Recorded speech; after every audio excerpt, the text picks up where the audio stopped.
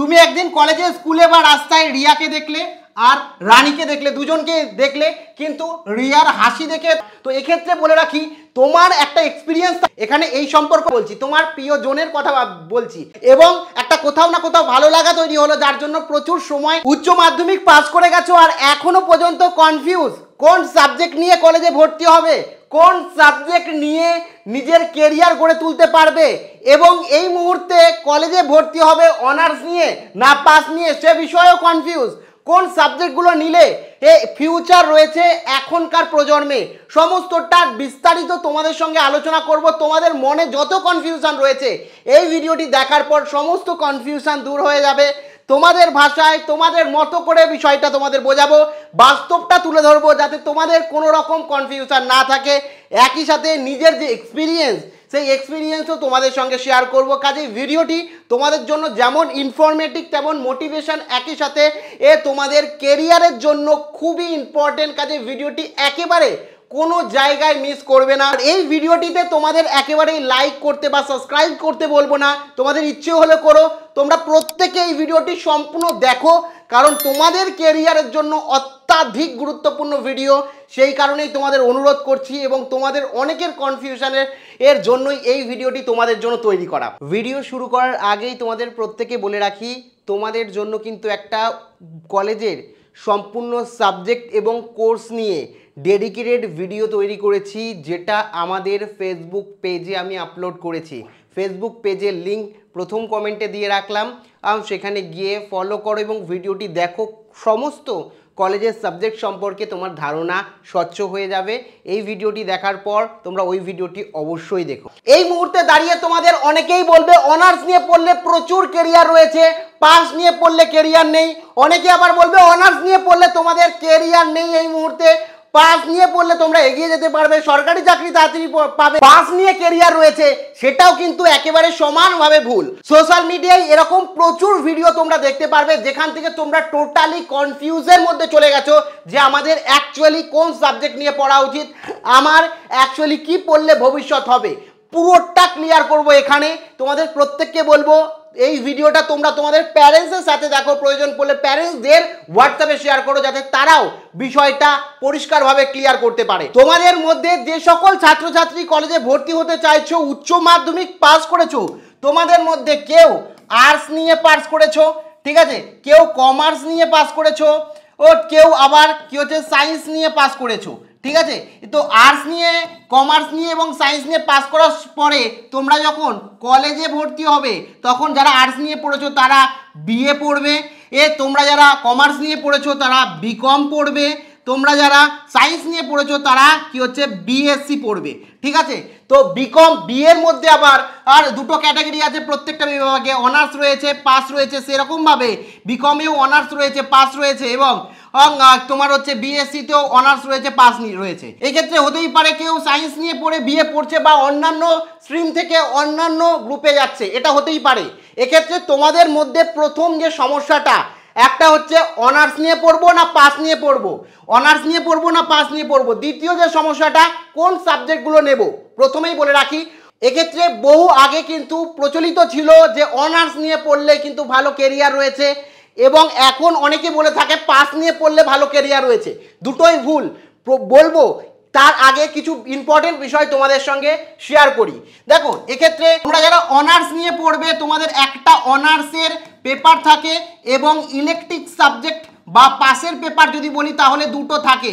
একই রকম পাসের কথা যদি বলি, তোমাদের ইলেকটিভ বা পাসের সাবজেক্ট কিন্তু তিনটে থাকে। এখানেও তিনটে সাবজেক্ট, এখানেও তিনটে সাবজেক্ট, তিনটে পেপার তোমাদের পরীক্ষা দিতে হবে। পাস নিয়ে পড়লেও তোমাদের তিনটে বই পড়তেই হবে, এবং অনার্স নিয়েও যদি পড়ো তাও কিন্তু তিনটে বই পড়তেই হবে। তাহলে পার্থক্যটা কোথাও, অনার্সে একটা যে সাবজেক্ট রয়েছে এই অনার্স পেপার, সেই সাবজেক্টটার সিলেবাস এত বড় যে এই যে ইলেকটিভ দুটো সাবজেক্ট প্লাস এই যে তিনটে সাবজেক্ট, এই 3 + 2 এই দুটো যোগ করে যে 5টা সাবজেক্ট রয়েছে সেই সিলেবাসের থেকেও অনেক বড় সিলেবাস। এমনকি কিছু কিছু সাবজেক্টের ক্ষেত্রে একটু কম হতে পারে, কিন্তু মেজর সাবজেক্ট যদি আমি ম্যাথামেটিক্সের কথা বলি, হিউজ পরিমাণ সিলেবাস। তো এক্ষেত্রে তোমরা অনেকেই কনফিউশনের মধ্যে পড়ো। তো আমি তোমাদের এক্ষেত্রে বিষয়টা একটু ক্লিয়ার করে দিই আগে, কোন কোন কেরিয়ারে তোমরা যেতে পারবে। যদি অনার্স নাও তাহলে তোমরা প্রথম যেটা সুবিধা আছে টিচিং ফিল্ডে, ঠিক আছে। এ টিচিং টিচার হতে পারবে, সেটা কলেজ হোক কিংবা স্কুল হোক, স্কুল কলেজের টিচার হতে পারবে। তোমরা উচ্চশিক্ষা হায়ার এডুকেশন, ঠিক আছে, হায়ার এডুকেশন নিতে পারবে, যেমন তোমরা পিএইচডি কমপ্লিট করতে পারবে, ঠিক আছে, পিএইচডি কমপ্লিট করতে পারবে। দ্বিতীয় হচ্ছে এমফিল্ড দিতে পারবে, ঠিক আছে, এমফিল্ড দিতে পারবে। তো এখানে পিএইচডি এমফিল্ড থেকে শুরু করে তারপরে তোমরা কোনো সাবজেক্ট নিয়ে রিসার্চ করতে পারবে। এক্ষেত্রে তোমরা যারা পাস নিয়ে পড়বে তোমরা কি করতে পারবে, তোমরা কি টিচার হতে পারবে না, তোমরাও কিন্তু টিচার হতে পারবে, ঠিক আছে, তোমরাও টিচার হতে পারবে। এবং তোমরা কি তোমার এখানে যেমন ইউজি তোমরা পড়ছো, ইউজির পর পিজি করতে পারবে, তোমরা কি পিজি করতে পারবে না, অবশ্যই তোমরা পিজি করতে পারবে। তোমরা কি হায়ার এডুকেশন নিতে পারবে না, অবশ্যই তোমরাও হায়ার এডুকেশন এখানে নিতে পারবে। কিন্তু যদি অনার্স নিয়ে পড়ো তোমার উচ্চ শিক্ষায় যেতে একটু সুগম পথ হবে, মানে সহজ রাস্তা হবে। এবং যদি তোমরা পাস নিয়ে পড়ো তাহলে একটু সমস্যা হবে উচ্চশিক্ষা নিতে। এক্ষেত্রে যদি ক্যারিয়ারের কথা বলি, এই তোমরা পাস নিয়ে পড়লেও তোমরা সরকারি চাকরি পাবে, ঠিক আছে, গভর্নমেন্ট জব পাবে, অনার্স নিয়ে পড়লেও গভর্নমেন্ট জব পাবে। একই সাথে রাজ্যের যত চাকরি রয়েছে, যত কেরিয়ার ফিল্ড রয়েছে, সমস্ত কেরিয়ার ফিল্ডে কিন্তু তোমরা এই অনার্স এবং পাস যে কোনোটাই তোমরা নিজের কেরিয়ারে বা কলেজ লাইফে নাও না কেন সেখানে নিয়েই তোমরা কিন্তু এগিয়ে যেতে পারবে। এখন কথা হচ্ছে আমরা বুঝে উঠতে পারছি না আমার জন্য অনার্স ভালো না পাস ভালো। অনেকেই বলে অনার্স নিয়ে বেকার 3টে বছর কেন নষ্ট করবি, অনার্স নিয়ে তো কোনো লাভই নেই। তোমাদের প্রত্যেকে বলে রাখি একেবারেই ভুল। আমি নিজে অনার্স নিয়েছি, অনেক অভিজ্ঞতা রয়েছে অনার্স নেওয়ার। অনার্স নিয়ে এমন কিছু করা যেতে পারে, অনার্স নেওয়ার পর পাস করার পর যে দক্ষতাটা তোমার মধ্যে তৈরি হয় সেটা পাস নেওয়ার পর মেবি হবে না তোমার। কারণটা একটু খুলে বলি, তোমরা যখন অনার্স নিয়ে পড়বে তখন হিউজ সিলেবাস তোমাকে পড়তে হবে। তোমার পড়ার যে ক্ষমতা, যে দক্ষতা, সেই দক্ষতা কিন্তু অনেক বেশি হবে। এখন যদি আমাকে বলে একটা মোটা বই তোমাকে 2 সপ্তাহ কিংবা 3 সপ্তাহের মধ্যে কমপ্লিট করে দিতে হবে, একটা মোটা বই পড়তে হবে, আমার দেখে ভয় লাগবে না, কারণ আমি সেই রকমভাবে প্রস্তুতি নিয়ে এসেছি, আমার পড়ার অভ্যাস রয়েছে। এখানে পাসের ক্ষেত্রে কিন্তু সেই অভ্যাসটা কোথাও যেন হারিয়ে যায়। প্রত্যেকের ক্ষেত্রে সেম নয়, অনেকে আছে ও অনার্স নিয়ে পড়ছে কিন্তু আরেকটা ছেলে আছে পাস নিয়ে পড়ছে, অনার্সের থেকেও অনেক বেশি জানে, কিন্তু সাধারণত এটা কিন্তু হয়ে থাকে। দ্বিতীয়ত যে বিষয়টা, অনার্স যখন তুমি নেবে তোমার মধ্যে কিন্তু এক্সট্রা অনেক কিছু থাকবে। কি থাকবে? অনেকেই তোমাকে বলতে পারে যে পাস নিয়ে পড়লে তুমি 3টে সাবজেক্ট করছো, তোমার সরকারি চাকরিতে অনেক এগিয়ে যাবে। একেবারেই না। এই যে 3টে সাবজেক্ট পড়ছো, হয়তো তুমি হিস্ট্রি পড়ছো, আমি ধরে নিলাম জিওগ্রাফি পড়ছো, ম্যাথ পড়ছো, আমি ধরে নিলাম অনেকে আছে ফিজিক্স কেমিস্ট্রি পড়ছো। তো এখানে এই সমস্ত সাবজেক্টের সাথে তোমার কলেজের কোনো পড়াশোনার ক্ষেত্রে অনার্স পড়ো কিংবা পাস পড়ো, কোনো পড়াশোনার ক্ষেত্রে সরকারি চাকরির জন্য কোনো কিছু যায় আসে না। সরকারি চাকরির পড়াটা সম্পূর্ণ আলাদা, অনার্সের সাথেও কোনো কম্প্যারিজন করা যাবে না, পাসের ক্ষেত্রেও কোনো কম্প্যারিজন করা যাবে না। হতেই পারে কেউ একজন হিস্ট্রি অনার্স নিয়ে পড়ছে, সে অনেক বেশি কম্পিটিটিভ এক্সামের জন্য জেনে গেল, ঠিক আছে, কারণ সেই হিস্ট্রিটা কম্পিটিটিভ এক্সামে কাজে লাগে, এমন হতেই পারে। কেউ একজন ম্যাথ নিয়ে পড়ছে, তার ম্যাথে কোনো সমস্যাই নেই সরকারি চাকরি প্রিপারেশনের ক্ষেত্রে। তো এক্ষেত্রে বলে রাখি, তোমার একটা এক্সপিরিয়েন্স থাকবে অনার্স নিয়ে। অনার্স নিয়ে অনেক কষ্ট করতে হয়, তা বলে কি অনার্স নেব না? এক্ষেত্রে বিষয়টাকে সহজভাবে তোমাদের বোঝানোর জন্য একটা এক্সাম্পল দিই, তুমি ভালো করে বুঝতে পারবে। ধরো তোমার এখানে একটা তোমার বন্ধু বা বান্ধবী রয়েছে, আমি ধরে নিলাম, এরকম ধরো না যে তোমার প্রিয় বান্ধবী বা বন্ধু এরকম দেখতে, আর জাস্ট এটা এক্সাম্পল নিচ্ছি। হতে পারে সে একজন মেয়ে ছেলে বা হতে পারে কোনো একজন মেয়ে, মেল ফিমেল দুজনের ক্ষেত্রেই। ধরো তুমি যদি ছেলে হও তাহলে কোনো মেয়ের কথা বলছি, তুমি যদি মেয়ে হও তাহলে কোনো ছেলের কথা বলছি, তোমার প্রিয় জনের কথা বলছি, এটা তোমরা ধরে নাও। তো এখানে আমি 3টে ক্যারেক্টার নিয়েছি। ধরো এখানে তুমি রাম, আমি দিয়ে দিলাম নাম, এটার নাম দিলাম রিয়া, ঠিক আছে, এখানে নাম দিলাম রানী, ঠিক আছে। দুটো ফিমেল ক্যারেক্টার রেখেছি, একটা মেল ক্যারেক্টার রেখেছি। তুমি একদিন কলেজে, স্কুলে বা রাস্তায় রিয়াকে দেখলে আর রানীকে দেখলে, দুজনকে দেখলে, কিন্তু রিয়ার হাসি দেখে তোমার রিয়াকে খুব পছন্দ হয়ে গেল এবং রিয়ার ওপর, যেটা এখন বর্তমান প্রজন্মে বলে, ক্র্যাশ খেয়ে গেলে। তো সেক্ষেত্রে তোমার রাম কি করলো, রিয়ার সঙ্গে বন্ধুত্ব করলো এবং বন্ধুত্ব করে খুব ভালো বন্ধুত্বও তাদের মধ্যে হয়ে গেল এবং একটা কোথাও না কোথাও ভালো লাগা তৈরি হলো, যার জন্য প্রচুর সময় তার সাথে কাটাতে সে ভালোবাসে। এবং কিন্তু সমস্যা এখানে এসে দাঁড়ালো যে রিয়ার বাবা খুব বড় লোক, রিচ পার্সন, ঠিক আছে, তার বাবা বহুত ধরনের সমস্যা ক্রিয়েট করছে, তার বাড়ির থেকে প্রচুর সমস্যা ক্রিয়েট করছে, বলছে কোনো মতেই রামের সাথে মিশতে দেবে না, আর রিয়াকে রামের সাথে মিশতে দেবে না, এবং রামকেও বিভিন্ন রকমভাবে হ্যারাসমেন্ট করছে যে কোনো মতেই রিয়ার সাথে মেশা যাবে না। তোর অবস্থা, তোর ব্যাকগ্রাউন্ড দেখেছিস, তুই তো গরিব, আর রিয়ার দিকে দেখ, রিয়া কত বড় লোক। ফিল্মে হয় না এখন যে বড় লোক বাপের মেয়ের সঙ্গে কথা বলতে গেলে বিভিন্ন রকম সমস্যা ক্রিয়েট করতে হয়, সেটা বন্ধুত্ব সম্পর্ক হোক কিংবা অন্য কোনো সম্পর্ক হোক, সেই রকম একটা স্টোরি ক্রিয়েট হয়েছে। আর এদিকে রানীও রামকে মোটামুটিভাবে পছন্দ করে, কিন্তু রাম পছন্দ করে না। এদিকে রাম আর রিয়া দুজনকেই পছন্দ করে। এক্ষেত্রে কি রাম এটা ভাববে কোনো সময় যে না, আমার রিয়ার সাথে সম্পর্ক রাখতে গেলে, রিয়ার সাথে বন্ধুত্ব রাখতে গেলে, রিয়ার সাথে সময় কাটাতে গেলে আমাকে বহু সমস্যার সম্মুখীন করতে হবে, তার বাড়ির বিরুদ্ধে গিয়ে লড়াই করতে হতে পারে, আমার রিয়ার সাথে সম্পর্ক রাখতে গেলে প্রচুর স্ট্রাগল করতে হবে, প্রচুর স্যাক্রিফাইস করতে হবে, সেই কারণে আমি রিয়ার সাথে সম্পর্ক রাখবো না, আমি রানীর সাথে সম্পর্ক তৈরি করি। সেটা কি রাম ভাববে?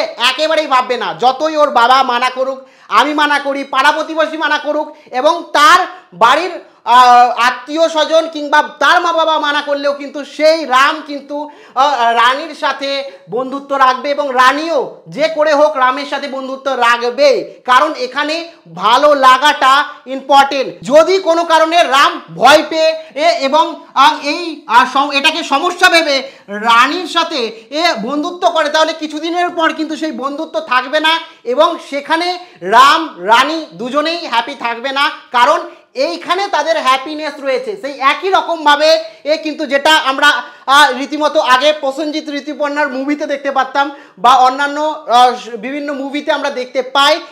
সেই ঘটনা দিয়েই তোমাদের এক্সাম্পল দিচ্ছি, সেই একই রকমভাবে কিন্তু অনার্স এখানে হয়ে থাকে।